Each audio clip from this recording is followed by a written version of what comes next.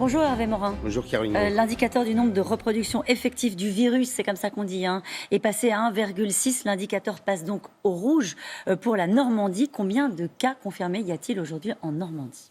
Il faut placer cet indicateur avec les autres indicateurs qui permettent d'avoir une véritable réalité de la situation. Ce qu'on dénombre, ce sont un certain nombre de clusters, notamment des clusters familiaux, quelques clusters d'entreprises aussi. Mais sur les autres indicateurs, on est encore sur des chiffres qui sont très rassurants.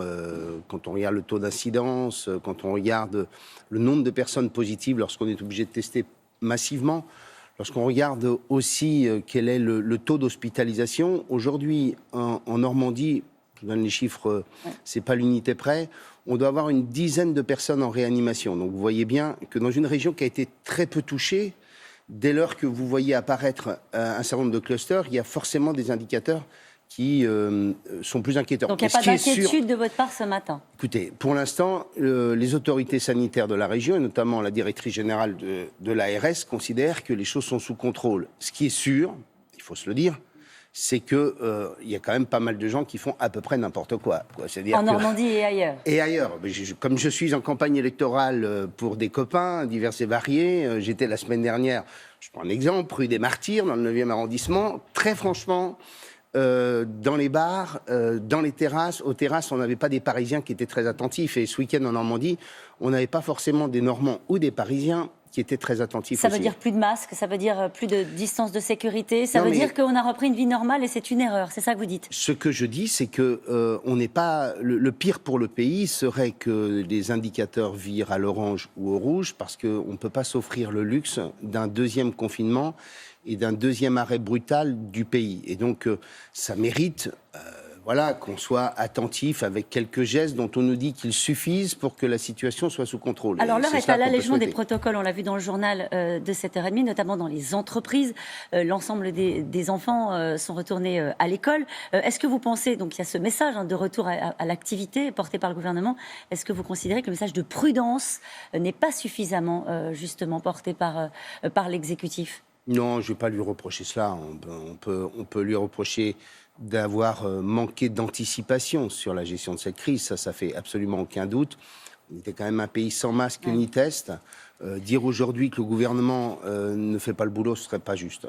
Donc ça veut dire que la priorité, c'est la reprise de l'activité ? La priorité, c'est de faire en sorte que la vie puisse reprendre avec, pour chacun, le sens des responsabilités. Je pense que c'est ça le message qu'on doit faire passer. Le président consulte beaucoup en ce moment pour reconstruire l'après, comme on dit. Qu'attendez-vous de la phase qui est censée s'ouvrir après les municipales ? Ce que j'attends, c'est non seulement le changement d'un certain nombre de visages, avec un gouvernement probablement moins technocratique, ayant ses tentes un peu plus collées aux Français au quotidien. Il y a trop de techno ? Ouais, il y a beaucoup trop de techno dans ce gouvernement. Un gouvernement qui évite de trop parler. J'ai eu l'occasion de le dire à maintes reprises au chef du gouvernement, en lui disant, dans la période du coronavirus, ne doivent parler que ceux qui sont en charge du dossier. Parce que sinon, si vous voulez créer encore un peu plus d'inquiétude, c'est le meilleur moyen. Donc il faut un gouvernement resserré, un gouvernement avec des professionnels. La politique, je suis désolé de le dire, c'est comme le reste, ça s'apprend. Ça veut dire quoi, des professionnels ? Ça veut dire des élus ? On est meilleur à 50 ans qu'on est qu'à 30 ans. C'est aussi simple que ça. Ça veut dire des élus, ça veut dire des hommes et des femmes qui ont été confrontés à la vie quotidienne de nos compatriotes. Ça veut dire des hommes et des femmes ayant suffisamment d'expérience pour, en quelque sorte, adresser un message. C'est comme ça que je bâtirais le gouvernement si j'étais le président de la République. Après, tout dépend quelle est l'inflexion qu'il veut donner, et c'est ça le sujet. Alors, justement, l'inflexion qu'il veut donner, en tout cas, il a un rapport sur son bureau de 600 pages qui a été établi par 150 citoyens français, 149 propositions, c'est la Convention citoyenne, avec certaines mesures chocs, on va dire, dont un référendum sur la notion d'écocide, et pour rétablir davantage, laisser plus de place à l'environnement dans l'article 1 de la Constitution. Est-ce qu'un référendum sur l'écologie vous semble être une bonne piste ? Pitié pour encore une campagne électorale et un scrutin. Je veux dire, on sort des municipales, on a les régionales et les départementales. Ça, c'est pas sûr. Enfin bon, faut encore motiver le fait de reporter les élections régionales et départementales. Il y a quand même un Conseil constitutionnel qui est là pour vérifier le bien fondé de la modification. Sincèrement, c'est une question que j'allais vous poser. Bon, alors attendez, je termine. Oui, non, mais bon, allez-y. Et troisièmement, on a des élections présidentielles dans la foulée. Bien. Alors on va mettre un référendum. Le référendum, vous pensez qu'on votera sur le référendum lui-même ? On votera sur une seule et unique question, c'est est-ce qu'on est pour ou contre Emmanuel Macron ? Et moi, je peux d'ores et déjà vous donner le résultat du référendum. Ce sera négatif s'il est porté par le président de la République compte tenu de sa popularité. Donc, la question, elle n'est pas là. La question, elle est, est-ce qu'on détermine une politique qui favorise la transition écologique ? Est-ce qu'on met beaucoup d'argent sur les transports collectifs ? Est-ce qu'on met beaucoup d'argent pour déployer le très haut débit ? Est-ce qu'on décide de remettre en œuvre des politiques sur lesquelles on a été abandonné en race campagne ? Je suis président de la région Normandie. Le gouvernement, il y a 1 an et demi, alors qu'on avait inauguré une usine que la région avait financée en partie, a décidé d'abandonner l'énergie hydrolienne, c'est-à-dire l'énergie des courants marins. Heureusement, la région l'a reprise avec une société écossaise. Mais très clairement, les sujets, ils sont là. Est-ce qu'on déploie les énergies éoliennes offshore ? Il y a de la posture, c'est ça que vous voulez dire ? Donc ce que je veux dire, c'est qu'on a besoin de concret, on a besoin de politique, on n'a pas besoin de référendum et de grands principes. Du concret, 110 km/h sur les autoroutes, c'est concret. Oh, mais attendez, demain 90. Et pourquoi pas ? Bah, écoutez, la question n'est pas celle des 110 km/h sur l'autoroute. L'autoroute, ce sont les routes les moins accidentogènes. Donc, en clair, mais c'est ça pas pollue davantage quand on roule plus vite. Ouais, mais enfin, écoutez, si vous voulez polluer moins, vous avez des transports en commun qui marchent. Vous avez des trains intercités qui fonctionnent. Et vous arrêtez de considérer que le ferroviaire fait toujours l'objet d'arbitrages qui sont négatifs. Quand vous regardez sur la question des infrastructures ferroviaires, je prends un exemple simple. Ouais.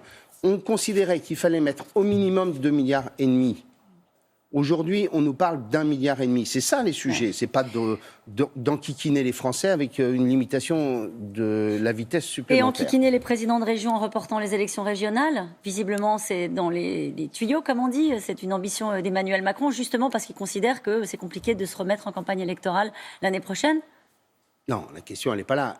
Sa question, c'est est-ce qu'on décide de tirer les conséquences du Covid et de transformer l'organisation des pouvoirs publics avec derrière 2 enjeux, un enjeu d'efficacité et un enjeu démocratique. Et je crois que l'enjeu le plus important, c'est l'enjeu démocratique. Faire en sorte que nos compatriotes puissent participer à la décision collective, aux politiques publiques.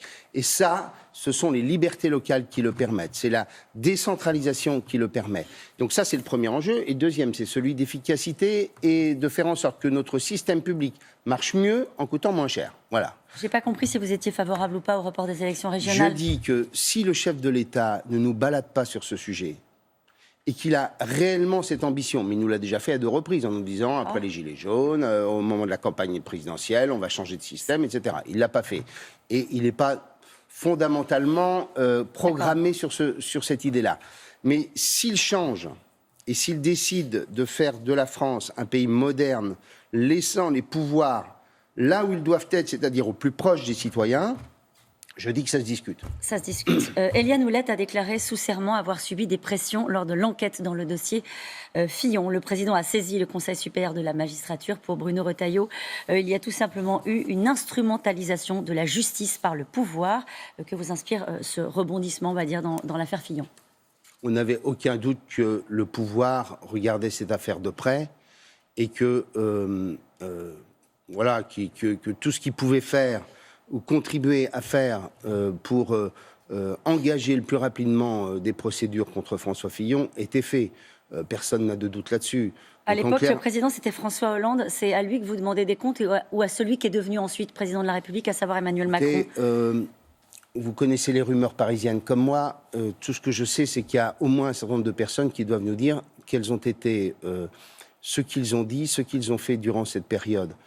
Est-ce que l'indépendance de la magistrature a été respectée ? Quelles ont été les consignes données au parquet ?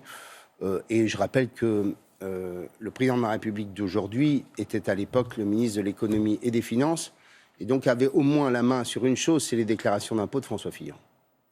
Ça veut dire ? Bah voilà. Qu'il avait accès aux informations. Il avait donc accès C'est à lui probablement de à une partie des s'expliquer informations. alors. C'était la question Oui, que je je pense posais. qu'il y a des choses qui méritent d'être dites. C'est grave. Bah écoutez, c'est malheureusement sans illusion. C'est le propre de chaque campagne électorale. Merci beaucoup Hervé Morin.